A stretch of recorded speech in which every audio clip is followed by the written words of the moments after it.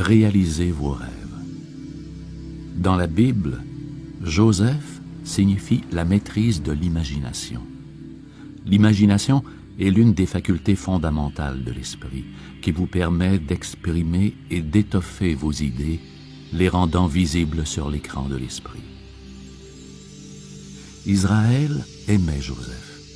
Israël est l'homme éveillé sur le plan spirituel qui connaît le pouvoir de l'imagination. Il est appelé fils de son vieil âge. Fils étant l'expression et vieil âge supposant la sagesse et la connaissance des lois de l'esprit. Lorsque vous connaîtrez mieux le pouvoir de l'imagination, vous l'appellerez le fils de votre vieil âge. Ici, l'âge ne se rapporte pas à la progression des années, c'est l'émergence de la sagesse et de la connaissance du divin en vous. L'imagination est le puissant instrument qu'utilisent les scientifiques, les artistes, les physiciens, les inventeurs, les architectes et les mystiques. Quand on dit « c'est impossible, on ne peut pas faire ça », l'homme doté d'imagination a répondu « c'est fait ». Grâce à votre imagination, vous pouvez aussi sonder les profondeurs de la réalité et révéler les secrets de la nature.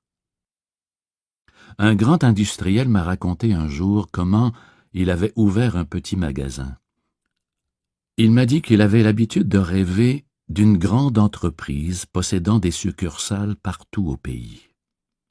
Il a ajouté qu'il imaginait régulièrement et systématiquement le grand édifice, les bureaux, les usines et les magasins, sachant que, par l'alchimie de l'esprit, se tissait l'étoffe à partir de laquelle ses rêves se réaliseraient. Il a prospéré et commencé à attirer à lui, grâce à la loi universelle de l'attraction, les idées, le personnel, les amis, l'argent et tout ce dont il avait besoin pour réaliser son rêve. Il exerçait et cultivait vraiment son imagination, vivant avec ses modèles mentaux jusqu'à ce qu'elle leur donne forme. J'ai particulièrement aimé ce commentaire. Il est aussi facile de vous imaginer remportant du succès qu'il l'est d'imaginer l'échec, et c'est beaucoup plus intéressant. Joseph est un rêveur, il fait des rêves. Cela signifie qu'il a des visions, des images et un idéal dans son esprit, et qu'il sait qu'une puissance créatrice répond à ses représentations mentales. Les images mentales que nous entretenons se manifestent par le sentiment, le feeling.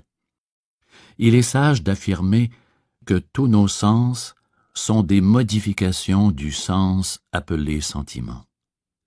Thomas Troward, un spécialiste des sciences psychiques, a dit « Le sentiment est la loi, et la loi est le sentiment. » Le sentiment est la source du pouvoir. Nous devons investir de sentiments nos images mentales afin d'obtenir des résultats. Il est écrit « Joseph eut un songe et le raconta à ses frères, qui le détestèrent. » En langage biblique, détester signifie rejeter. Peut-être avez-vous un rêve, un idéal, un projet ou un but que vous aimeriez réaliser. Les pensées, les sentiments, les croyances et les opinions issues de votre esprit sont les frères qui vous défient, dévalorisent vos rêves et vous disent « Tu n'y arriveras pas, c'est impossible, oublie tout ça. » Peut-être que d'autres pensées dans votre esprit méprisent votre plan ou votre ambition. Vous découvrez qu'il y a un combat dans votre esprit entre vos propres frères. L'opposition s'installe. La façon de gérer cette opposition est d'oublier les signes transmis par vos sens et l'aspect extérieur des choses pour vous appliquer à penser à votre but avec clarté et intérêt. Lorsque votre esprit est concentré sur votre but, vous exercez la loi créatrice de l'esprit et le combat cesse. Voilà que croît ma gerbe, elle s'élève bien droite, et voyez, vos gerbes tout autour qui se soumettent à elle. Élevez votre idéal et votre désir en toute conscience, glorifiez-le, engagez-vous à lui sans restriction, louez-le, accordez-lui votre attention, votre amour et votre dévouement. Ainsi, toutes les pensées effrayantes se soumettront à votre état d'esprit exalté. Elles perdront leur pouvoir et disparaîtront. Grâce à votre faculté d'imaginer le résultat final, vous avez le contrôle de toutes les circonstances et conditions. Si vous voulez favoriser la réalisation d'un souhait, d'un désir ou d'une idée, créez dans votre esprit une image du résultat. Imaginez constamment la réalité de votre désir. C'est ainsi que vous le forcerez à se manifester. Ce que vous imaginez comme vrai existe déjà dans la prochaine dimension de l'esprit. Et si vous restez fidèle à votre idéal, un jour il se concrétisera.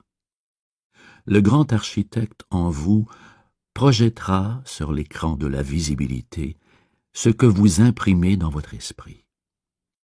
Joseph, ou l'imagination, porte un manteau multicolore. Dans la Bible, le manteau est un vêtement psychologique. Vos vêtements psychologiques sont les attitudes mentales, les humeurs et les sentiments que vous entretenez. Le manteau multicolore représente les nombreuses facettes du diamant, ou votre capacité d'étoffer une idée pour lui donner forme. Vous pouvez imaginer un ami pauvre vivant dans le luxe. Vous voyez son visage s'illuminer de joie, son expression changer, un large sourire se dessiner sur ses lèvres. Vous l'entendez vous dire ce que vous souhaitez entendre. Vous le voyez exactement tel que vous voulez le voir. Il est radieux, heureux, prospère. Tout lui réussit. Votre imagination est le manteau multicolore. Il sert d'étoffe à toute idée, tout désir et l'objective. Vous pouvez imaginer l'abondance là où il y a insuffisance, la paix où il y a discorde, la santé où il y a maladie. Ses frères lui ont dit « Dois-tu vraiment régner sur nous ?» L'imagination est la première faculté et prévaut sur tous les autres pouvoirs ou éléments de la conscience. Vous possédez 12 facultés ou frères, mais votre imagination, une fois disciplinée, vous permet d'anéantir l'espace-temps et d'échapper à toutes ses limites. Lorsque vous tenez votre imagination occupée à de nobles pensées, à des idées et concepts divins, vous vous apercevez qu'il s'agit de la faculté la plus efficace dans votre quête spirituelle. La phrase « Joseph est vendu à l'Égypte » signifie que votre concept ou votre désir doit d'abord être subjectivé par l'Égypte, avant d'être objectivé. Tout concept doit passer par l'Égypte, c'est-à-dire par la subjectivité, là où les idées naissent. Hors de l'Égypte, j'ai appelé mon fils. Joseph est le chef de l'Égypte. Ainsi, l'imagination contrôle tout le domaine conceptuel. Peu importe la prison dans laquelle vous êtes, la peur, la maladie, le manque ou n'importe quelle limite, rappelez-vous que Joseph en est le chef et qu'il peut vous libérer. Vous pouvez imaginer votre liberté et continuer de le faire jusqu'à ce qu'elle soit subjectivée. Puis, après la gestation dans l'obscurité, la manifestation se produit. Votre prière est exaucée. Pensez quelques instants à un architecte talentueux et respecté. Dans son esprit, il peut bâtir une magnifique ville moderne, comportant de grandes autoroutes, des piscines, des aquariums, des parcs, etc. Mentalement, il peut construire le plus merveilleux palace. Il voit le bâtiment complètement érigé avant même d'avoir remis ses plans au constructeur. Où est le bâtiment? Dans son imagination. Votre imagination vous permet d'entendre vraiment la voix de votre mère, qui habite à 10 000 kilomètres de vous. Vous pouvez aussi la voir clairement comme si elle était présente. Voilà le pouvoir merveilleux dont vous jouissez. Vous pouvez le cultiver et l'amplifier afin de connaître le succès et la prospérité. N'avez-vous jamais entendu un directeur déclarer « J'ai dû congédier cette personne à cause de sa mauvaise attitude ». Même le monde des affaires reconnaît l'importance d'une bonne attitude.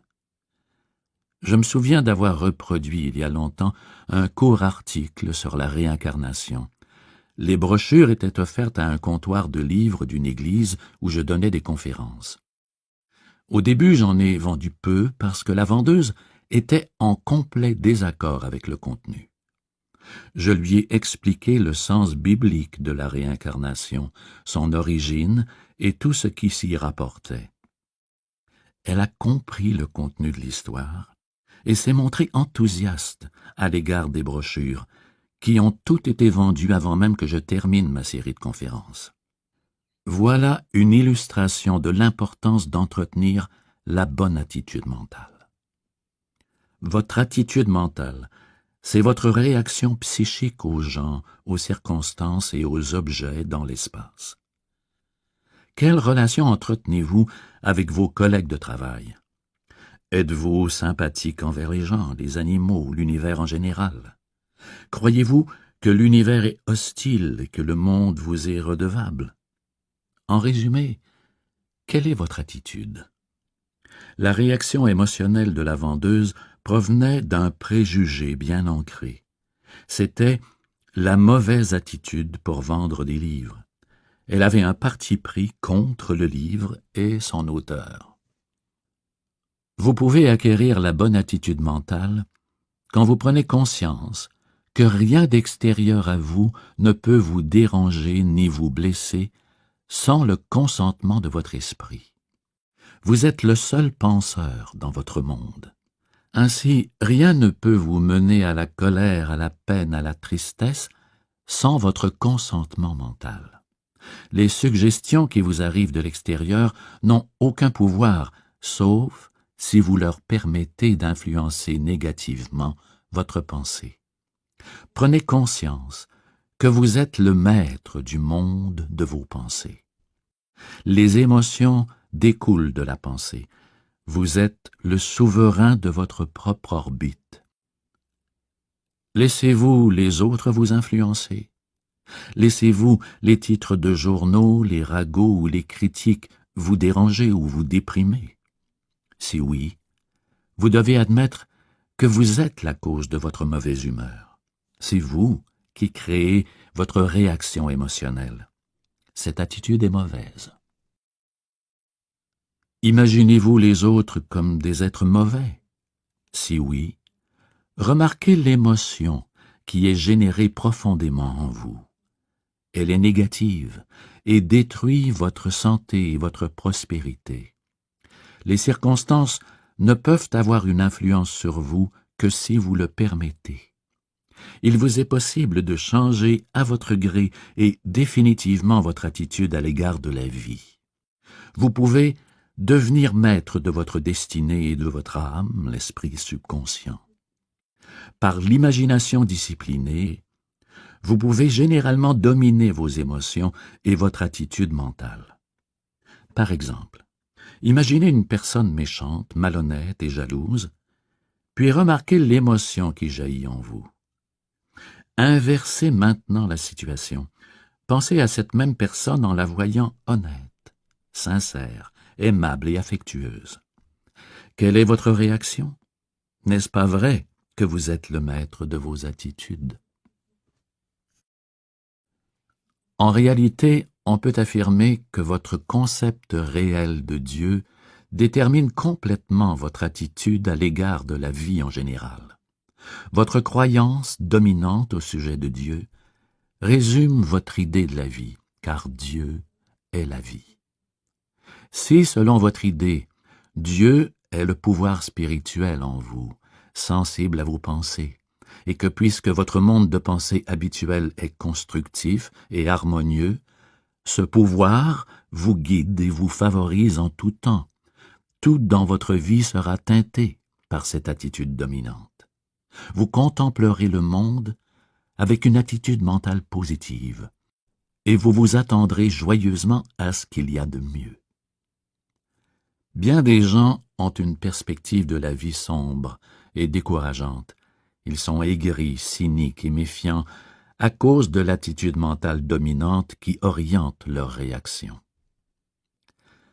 Un ado de 16 ans à l'école secondaire m'a confié « Mes notes sont très mauvaises, ma mémoire flanche, je ne sais pas ce qui se passe. » Ce qui n'allait pas, c'était son attitude. En se rendant compte à quel point ses études étaient importantes pour être accepté en droit à l'université, il a adopté une autre attitude mentale. Il a commencé à prier scientifiquement, l'un des moyens les plus rapides pour changer de mentalité.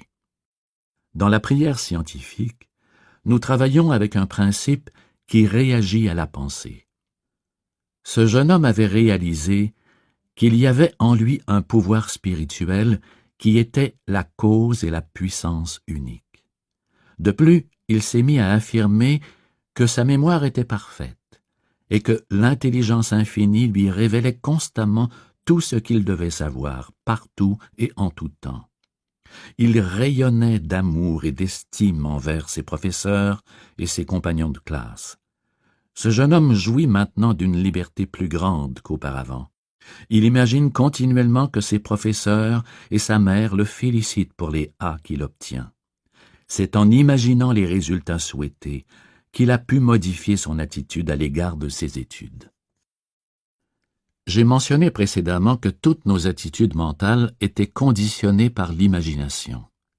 Si vous imaginez qu'aujourd'hui la journée sera triste, que les affaires seront très calmes, qu'il pleuvra, qu'aucun client n'entrera dans votre boutique, que les gens n'ont pas d'argent, etc., vous vivrez les conséquences de votre imagerie négative.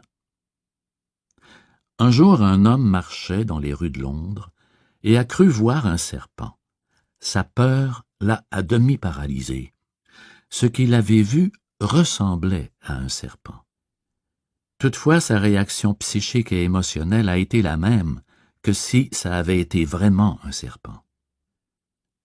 Imaginez que tout est charmant, noble et agréable, et toute votre attitude émotionnelle à l'égard de la vie changera. Qu'imaginez-vous à propos de la vie? Connaîtrez-vous une vie heureuse ou une longue série de frustrations? Choisissez celui que vous servirez. Vous modelez, façonnez et créez le monde extérieur dans lequel vous vivez vos expériences selon les images mentales que vous entretenez généralement. Imaginez des conditions et des circonstances de vie qui vous donnent de la dignité, vous élèvent, vous plaisent et vous satisfont. Si dans votre imagination la vie est sans attrait, cruelle, difficile et vous rend amer, que la lutte et la souffrance sont inévitables, vous faites en sorte qu'elle sera effectivement malheureuse pour vous. Voyez-vous sur un terrain de golf. Vous êtes libre, détendu, débordant d'enthousiasme et d'énergie. Votre joie élimine toutes les difficultés que présente ce parcours. Surmontez